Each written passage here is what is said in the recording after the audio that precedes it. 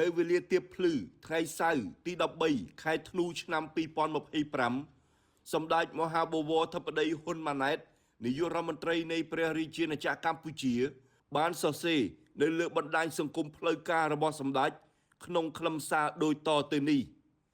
ខ្ញុំបានពិភាក្សាតាមទូរស័ព្ទជាមួយឯកឧត្តមអាន់វ៉ាអ៊ីប្រាហ៊ីមនាយករដ្ឋមន្ត្រីម៉ាឡេស៊ីនៅថ្ងៃប្រហ័សទី11ខែធ្នូនិងកាលពីយប់មិញថ្ងៃទី12ខែធ្នូឆ្នាំ2025ជាមួយឯកឧត្តមដូណាល់ត្រាំប្រធានាធិបតីសហរដ្ឋអាមេរិកដើម្បីស្វែងរកវិធីឲ្យមានបទឈប់បាញ់រវាងកម្ពុជាថៃហើយឲ្យភាគីទាំងពីរវិលត្រឡប់ទៅរកការអនុវត្តសេចក្តីថ្លែងការណ៍រួមទីក្រុងគូឡាឡំពួរ Joint Declaration ខ្ញុំបានថ្លែងអំណរគុណឯកឧត្តមទាំងពីរចំពោះការខិតខំប្រឹងប្រែងជាបន្តបន្ទាប់សម្ដៅសម្រេចឲ្យបាននូវសន្តិភាពយូរអង្វែង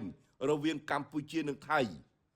កម្ពុជាតែងតែប្រកាន់ខ្ជាប់នៅជំហរក្នុងការស្វែងរកការដោះស្រាយជម្លោះដោយសន្តិវិធីស្របតាមស្មារតី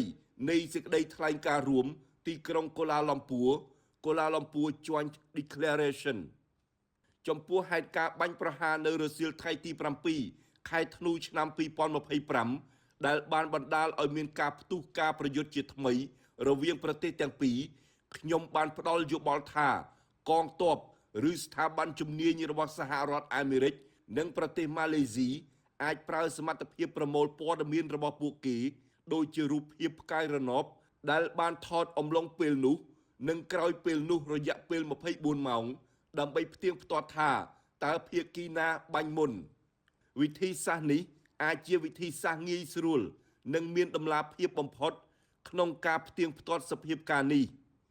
កម្ពុជាត្រៀមខ្លួនសហការក្នុងករណីមានតម្រូវការ